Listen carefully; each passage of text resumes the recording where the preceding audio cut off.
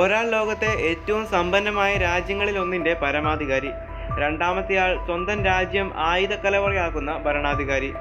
അവർ ഒരുമിച്ചാൽ എന്ത് സംഭവിക്കും? Russian president Vladimir പുടിനും ഉത്തര Korean ഭരണാധികാരി കിം ജോങ് ഉന്നുമായുള്ള കൂടിക്കാഴ്ചയെ ലോകം ഉറ്റുനോക്കുന്നതിൻ്റെ കാരണം ഇതാണ്. ലോകത്തിൽ സർവനാശം വിതയ്ക്കാൻ മടിയില്ലാത്തവരാണ് കൂടിക്കാഴ്ച നടത്തിയത്. അതും 2.5 പതിറ്റാണ്ടിന് ശേഷമുള്ള കൂടിക്കാഴ്ച. അതിനിത്ര കാലം ശത്രുക്കളായിരുന്നു എന്ന് അർത്ഥമില്ല. പരസ്പരം സഹായിക്കുക തന്നെയായിരുന്നു ഇത്രയും കാലം. യുക്രൈനിൽ റഷ്യ നടത്തുന്ന യുദ്ധത്തിന് ആയുധങ്ങൾ വരെ നൽകിയത് ഉത്തര കൊറിയയാണ്. അതും ലോകശക്തിയെന്ന് അഹങ്കരിക്കുന്ന അമേരിക്കയെ മറികടന്ന്. ആ നേതാക്കൾ കൂടിക്കാഴ്ച നടത്തണമെങ്കിൽ വലുതെന്തോ വരാൻ പോകുന്നു എന്നല്ലേ അർത്ഥം. അതാണ് ലോകരാജ്യങ്ങളെ ഭയപ്പെടുത്തുന്നതും. 2000-ലാണ് പുടിൻ അവസാനമായി ഉത്തര കൊറിയ സന്ദർശിച്ചത്. ഇനി യുദ്ധത്തിന്റെ കാലമാണെന്ന് കിം ജോങ് ഉന്നും പറഞ്ഞു. യുക്രൈൻ യുദ്ധം ആരംഭിച്ച ശേഷം പലതവണയായി പുടിൻ ആണവ യുദ്ധത്തെക്കുറിച്ച് ഭീഷണി മുഴക്കിയിരുന്നു. ഏറ്റവും കുറഞ്ഞത് 5 തവണയെങ്കിലും അത് ആവർത്തിച്ചു. ഒടുവിൽ പറഞ്ഞത് ഇക്കഴിഞ്ഞ മെയ് മാസത്തിലാണ്. കിം ആവട്ടെ ഏപ്രിൽ മാസത്തിലാണ് ഇക്കാര്യം പറഞ്ഞത്. ഇനി ഇരു രാജ്യങ്ങളും കൂടിക്കാഴ്ചയിൽ കാണുന്ന നേട്ടങ്ങൾ എന്തൊക്കെയാണെന്ന് നോക്കാം. പാശ്ചാത്യ രാജ്യങ്ങൾ ഒറ്റപ്പെടുത്തുകയും വിമർശിക്കുകയും ചെയ്യുന്ന തന്റെ രാജ്യത്തിന് ഒരു സഖ്യകക്ഷിയെ ലഭിക്കുന്ന അപൂർവ അവസരമായാണ് പുടിനുമായുള്ള കൂടിക്കാഴ്ചയെ കിം കാണുന്നത്.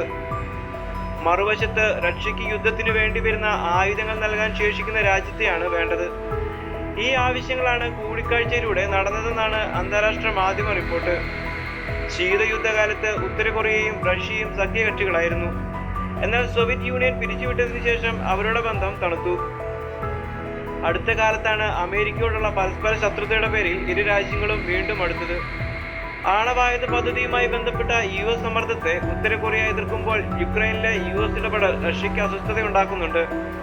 അമേരിക്കയോടുള്ള ഈ എതിർപ്പ് അവരെ നയതന്ത്രപരമായും തന്ത്രപരമായും ഒരുമിച്ച് കൊണ്ടുവന്നിരിക്കുകയാണ്.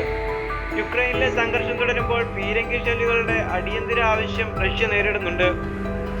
മറുവശത്ത് ഉത്തര കൊറിയയ്ക്ക് ഈ ആയുധങ്ങൾ സപ്ലൈ ചെയ്യുന്നതിനുള്ള മാർക്കറ്റും ആവശ്യമാണ്. ഒപ്പം ഉത്തര കൊറിയയുടെ ആയുധശേഖരം വർദ്ധിപ്പിക്കാനും കിമ്മിന് പദ്ധതിയുണ്ട്. ഉത്തര കൊറിയയുടെ ആയുധ സംവിധാനങ്ങൾ നവീകരിക്കാൻ റഷ്യയുടെ സഹായത്തിന് കഴിയും. നൂതന സൈനിക സാങ്കേതിക വിദ്യകളും മറ്റ് സഹായങ്ങളും റഷ്യ നൽകാനാണ് സാധ്യത. 2022 ഫെബ്രുവരിയിലാണ് റഷ്യ ഉക്രൈനിലേക്ക് അധിനിവേശം ആരംഭിച്ചത്. അന്ന് മുതൽ ഉത്തര കൊറിയ റഷ്യക്ക് യുദ്ധോപകരണങ്ങൾ അയച്ചിട്ടുണ്ടെന്ന് അമേരിക്ക പറയുന്നു. സാമ്പത്തികവും മറ്റ് സഹായങ്ങളുമാണ് റഷ്യ പകരം നൽകിയത്. ഇറ്റലിയിൽ ഈ ഉച്ചകോടിയിൽ ലോക നേതാക്കൾ റഷ്യയും ഉത്തര കൊറിയയും തമ്മിലുള്ള സൈനിക സഹകരണത്തിന്റെ ആശങ്ക പ്രകടിപ്പിച്ചതിന്റെ കാരണവും ഇതാണ്. കിമ്മിന് തന്റെ സൈനിക ലക്ഷ്യങ്ങൾ നിരീക്ഷിക്കാൻ ഉപഗ്രഹങ്ങൾ ആവശ്യമുണ്ട്. എന്നാൽ ഉപഗ്രഹ വിക്ഷേപണത്തിന് വലിയ വെല്ലുവിളിയും നേരിടുന്നുണ്ട്. ഇത് റഷ്യ സഹായിക്കുമെന്നാണ് കിം കരുതുന്നത്.